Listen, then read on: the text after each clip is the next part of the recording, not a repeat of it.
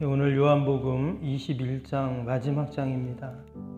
오늘 21장은 요한복음 전체에서 가장 극적이고 또 감동적인 그런 장면이 나옵니다.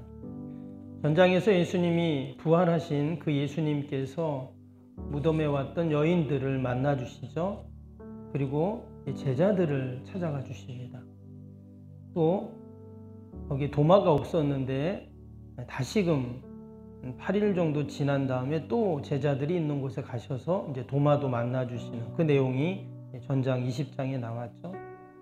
제자들이 다 두려워하고 또 염려하고 무서워하고 하는 그 자리에 가셔서 제자들에게 평안을 주시고 기쁨을 주시고 또 성령님에 대한 말씀을 다시금 약속하시는 그런 내용이 나왔습니다. 그럼 동일하게 부활의 주님은 제자들을 찾아가신 것처럼 우리를 찾아와 주시고 또 우리도 만나 주시고 우리에게 참 기쁨과 평안을 이렇게 주시는 줄로 믿습니다. 오늘 21장에서는 또다시 제자들을 만나 주시는 예수님이 나오죠. 우리 1절을 보면 이렇게 시작이 됩니다. 1절 다시 한번 보시면 그 후에 예수께서 디베라 호수에서 또 제자들에게 자기를 나타내셨으니 나타내신 일은 이러하니라. 부활하신 주님이 하신 일이 두 가지가 있다 그랬죠. 뭐였습니까?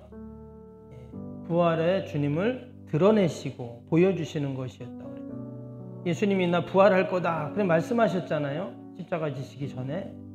그리고는 이제 십자가에 죽으셨는데 부활하셨어요. 그러니까 말씀하신 것처럼 부활하신 것을 보여줘야 되잖아요. 그래서 예수님은 계속 제자들을 찾아가시고 또 만나주시고 그러시죠. 근데 여기에 보면 이전에는 예수님께서 어디서 만나셨어요? 예루살렘에서 제자들을 만나주셨잖아요. 그런데 장소가 바뀌었습니다. 이번에는 장소가 어디냐면 디베랴 호수예요. 디베랴 호수는 갈릴리 바다를 말하죠. 갈릴리 바다에 있는 제자들을 찾아가서 만나주셨습니다. 근데 여기서 우리가 아주 중요한 단어가 나오는데 이게 뭐냐면 또라는 단어예요. 또 제자들에게 자기를 나타내셨으니 이렇게 말했습니다. 이전에도 분명히 만나 주셨는데 예루살렘에서 지금 제자들이 고향이 갈릴리로 갔잖아요. 근데 거기에 또 예수님이 가셔서 그 부활의 주님을 보여주신 거예요. 우리가 여기서 한 가지 이해가 안 되는 게 있습니다. 분명히 예루살렘에서 그들이 부활의 주님을 만났잖아요. 만났는데 왜 그들이 지금 부활의 주님을 만나놓고도 고향으로 갔을까 하는 거예요. 우리가 생각하기에는 이제 부활의 주님을 만났으니까 주님이 평안을 주시고 기쁨을 주시고 그들이 의심했던 거 이제 다 사라지고 이제 예루살렘에서 약속하신 성령님을 이제 기다리면 되는데 희한하게도 지금 그들이 어디 갔다고요? 고향으로 가버린 거예요. 3절 한번 보세요. 3절에 베드로가 이렇게 말합니다. 시몬 베드로가 나는 물고기 잡으러 가노라 하니 그들이 우리도 함께 가겠다고 나가서 배에 올랐으나 그날 밤에 아무것도 잡지 못하였더니 그랬어요. 여러분 이 말씀이 제자들이 처음 예수님 만날 때 예수님이 제자들을 부를 때 그 모습하고 똑같은 거예요. 그때도 그들이 밤새도록 고기 잡으러 나갔지만 못 잡았잖아요. 그때 예수님이 그들을 딱 찾아가셨는데 그 장면이 또 똑같이 지금 나오는 겁니다. 그들이 부활의 주님을 지금 만났다고 했는데 예루살렘에서 근데 지금 언제 그랬냐는 듯이 나 물고기 잡으러 갈 거야 이러고는 지금 가가지고는 지난 3년 반 전에 다 내려놓았던 그 그물을 다시 창고에 가서 꺼내가지고 또 배에 실어가지고 고기 잡으러 나간 겁니다. 여러분 이것이 바로 인간의 한계다라는 거예요. 제자들이 부활의 주님을 만났음에도 불구하고 지난 3년 반 동안 예수님을 따라다니면서 그렇게 그 기적을 경험해 놓고도 어때요? 다시금 제자리로 가버린 거예요. 원래 그들이 지금 있어야 할 자리는 어디일까요? 예루살렘이잖아요. 왜? 예수님께서 그들에게 내가 너희로 사람을 낚는 어부가 되게 하겠다. 그리고는 그들이 따라갔는데 지금 다시금 갈릴리로 와서 고기 잡는 어부의 자리에 그들이 있다는 거예요. 이것은 다른 말로 하면 여전히 그들이 부활의 주님을 확신하지 못하고 있고 얼마나 나약한가 하는 것을 우리가 알 수 있습니다. 근데 우리가 제자들을 뭐라고 할 수가 없어요. 왜요? 이 모습이 바로 우리들의 모습이거든요. 우리들도 얼마나 말씀을 그동안 많이 들었습니까? 나의 삶 속에서 하나님이 베풀어 주신 그 은혜, 그 역사가 얼마나 많아요. 그럼에도 불구하고 우리도 제자들처럼 이처럼 연약한 모습이 너무나 많죠.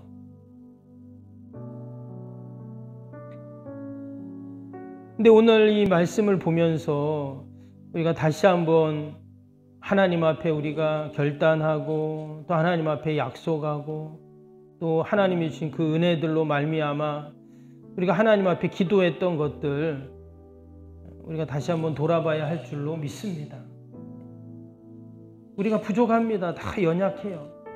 그럼에도 불구하고 오늘 그 예수님께서 또 부활의 주님이 제자들을 찾아가 주셔서 이후로 나오는 말씀이 어떤 말씀이에요?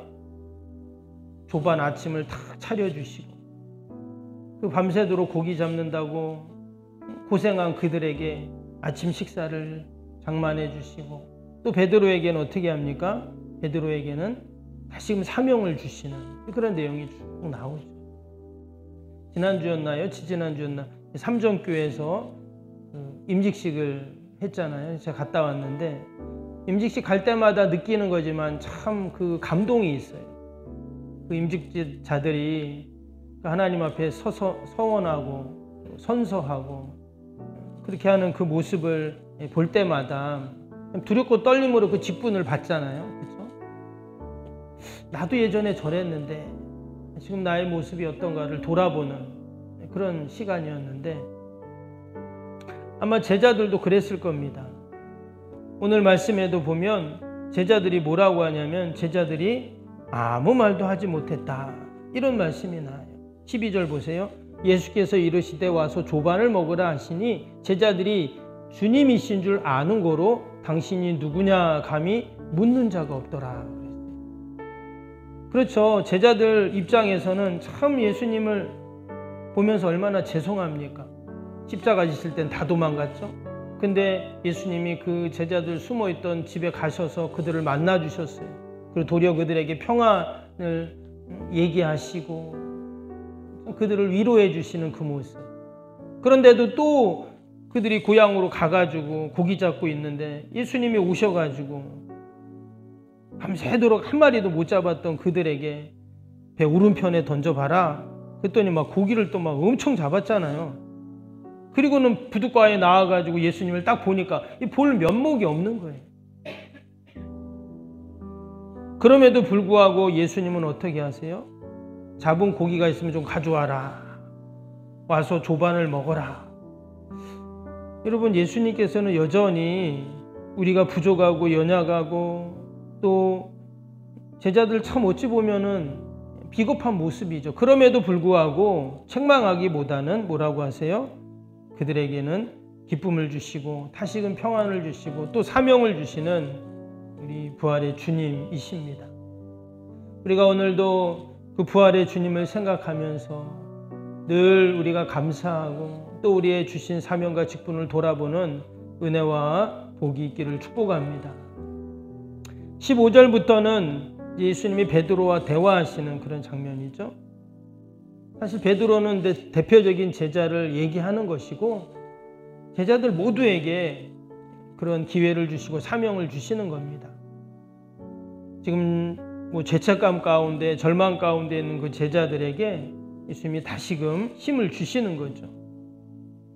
근데 오늘 이 마지막 이 베드로와의 대화 15절부터 나오는 내용은 어찌 보면 요한복음 전체의 요약이라고도 할 수 있고 아니면 신약 전체의 요약이라고도 할 수 있어요. 실패한 베드로를 만나주시고 그가 3번이나 예수님을 부인했었잖아요. 부인했던 그 베드로를 예수님이 딱 만나주시고 그러나 그를 책망하기보다는 그를 용서해 주시고 또 그에게 사명을 주시는 그 모습을 우리가 다시 한번 보게 됩니다.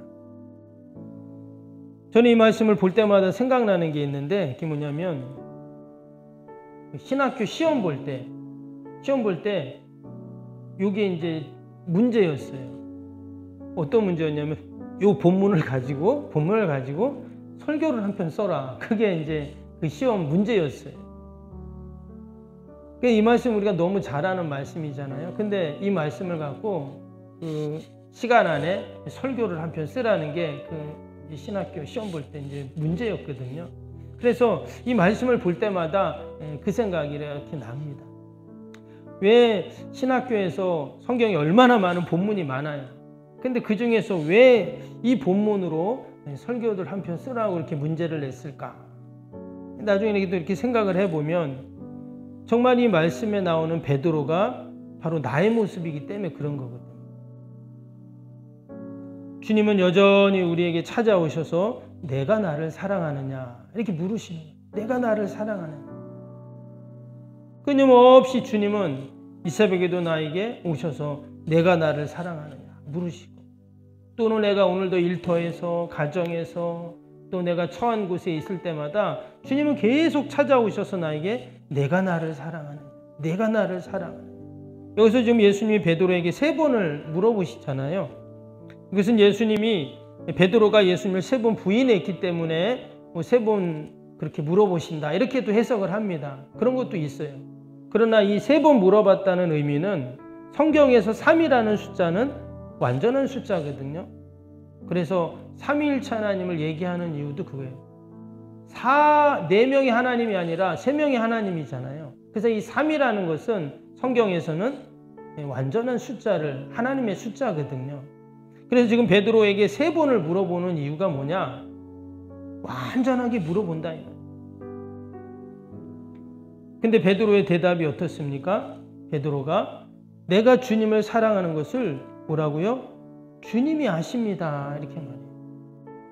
그러니까 베드로가 이전에 예수님을 부인하기도 하고 막 이렇게 그랬는데 그게 그의 진심이 아니었어요. 왜? 누구나 그런 상황이 되면 베드로뿐만 아니라 나도 부인할 수 있다. 왜? 무섭고 두렵잖아요. 예수님은 그 베드로의 중심을 알고 계셨던 거거든요. 여전히 베드로의 마음속에는 주님을 사랑하고 있어요. 그의 진심을 예수님, 그 중심을 예수님은 알고 계십니다. 여러분, 가룟 유다에게 어때요? 가룟 유다는 그 예수님의 그 베드로하고 다릅니다. 가룟 유다도 예수님을 부인하고 그는 예수님을 팔아버렸어요. 근데 그 가룟 유다와 베드로는 다르죠. 오늘 이 베드로의 고백을 보면 알 수 있어요. 예수님은 그 베드로의 중심을 아십니다. 그래서 다시금 그에게 사명을 주시죠. 그래서 제자들에게는 이 갈릴리 그 부두에 이 고기 잡는 이 자리가 그들에게는 참 실패 현장처럼 보이지만 예수님은 어떻게 하세요? 거기를 회복의 현장으로, 사명의 현장으로 바꾸세요.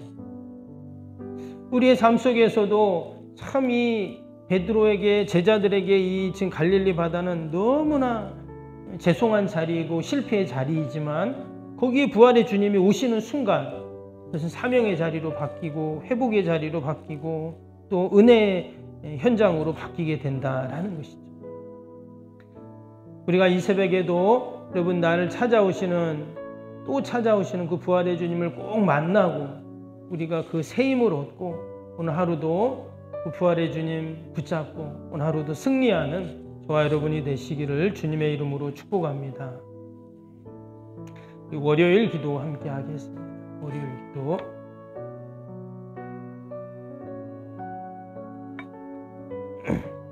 월요일 기도입니다. 기도와 헌신을 통해 보이지 않는 영적 성전 건축이 먼저 이루어지게 하옵소서. 아멘. 모든 성도들이 믿음의 눈을 열어 하나님의 새 역사를 바라보게 하옵소서. 아멘. 성전을 봉헌하기까지 성도들에게 흔들리지 않는 반석 같은 믿음을 주옵소서. 아멘. 이웃사랑 섬김 세계 선교가 한치의 들어짐 없이 이루어지게 하옵소서. 아멘. 새로운 공간이 다음 세대와 모든 열방을 구원하는 축복의 통로가 되게 하옵소서. 아멘. 교회 건축이 고통당하는 자들의 치유와 회복의 성산으로 쓰임받게 하옵소서. 아멘. 온 성도들이 주님의 거룩한 비전에 하나 되고 소명을 따라 헌신하게 하옵소서. 아멘. 각자의 형편은 다르지만 주님께 빚진 자의 마음으로 동일한 헌신을 하게 하옵소서. 아멘. 성도들이 물질을 드릴 때마다 세상이 줄 수 없는 감격과 기쁨을 누리게 하옵소서. 아멘. 성도들이 땅의 기름진 복을 받아 약속한 모든 헌신을 넉넉히 감당하게 하옵소서. 아멘. 모든 성도가 믿음 안에서 기적의 역사를 이루는 통로로 쓰임받게 하옵소서. 아멘. 사랑으로 하나 되어 주님의 몸된 교회를 더욱 잘 세워나가게 하옵소서. 아멘. 주님의 피로 사신 교회를 더욱 사랑하게 하시고 서로를 돌아보게 하옵소서. 아멘. 성전 건축이 진행되는 동안도 견고한 사랑의 공동체가 되게 하옵소서. 아멘. 공동체를 위협하는 어떤 역경과 도전에도 사랑과 믿음으로 승리하게 하옵소서. 아멘. 예수님의 이름으로 기도합니다. 아멘. 사랑과 은혜가 충만하신 하나님 아버지, 부활의 주님께서는 다시금 실패의 현장인 그 제자들이 있는 갈릴리 바다로 찾아가셔서 그들을 만나주시고 그들에게 또 기회를 주시고 그들을 회복시켜 주시고 또 그들에게 사명을 주시는 주님이신 줄로 믿습니다. 오늘도 우리를 찾아오신 우리 주님 꼭 만나게 하시고 새 힘을 얻게 하시고 늘 우리에게 사명을 주시고 다시금 일으켜 주시는 그 은혜를 생각하면서 오늘 하루도 오직 하나님 영광 돌리는 저희들이 다 되게 하여 주옵소서. 귀한 새벽에도 또 우리가 나라 민족과 교회와 이웃과 또 우리 사랑하는 자녀들 하나님 다 올려드립니다. 하나님 긍휼히 불쌍히 여겨주시고 기도하는 제목들마다 하나님 다 응답하여 주옵소서. 연약한 육신 꼭 붙잡아 주시고 우리 병사인의 환우들, 연로하신 어르신들, 지병으로 고통당하는 우리 어르신들 늘 하나님 붙잡아 주시어서 회복하고 강건하고 귀한 사명 넉넉히 감당케 하여 주옵소서. 오늘도 우리 교회 또 일터 또 아버지 우리 영혼 우리 자녀들 하나님 어두 명들이 일절 틈타지 않도록 늘 주님 보호하여 주옵소서.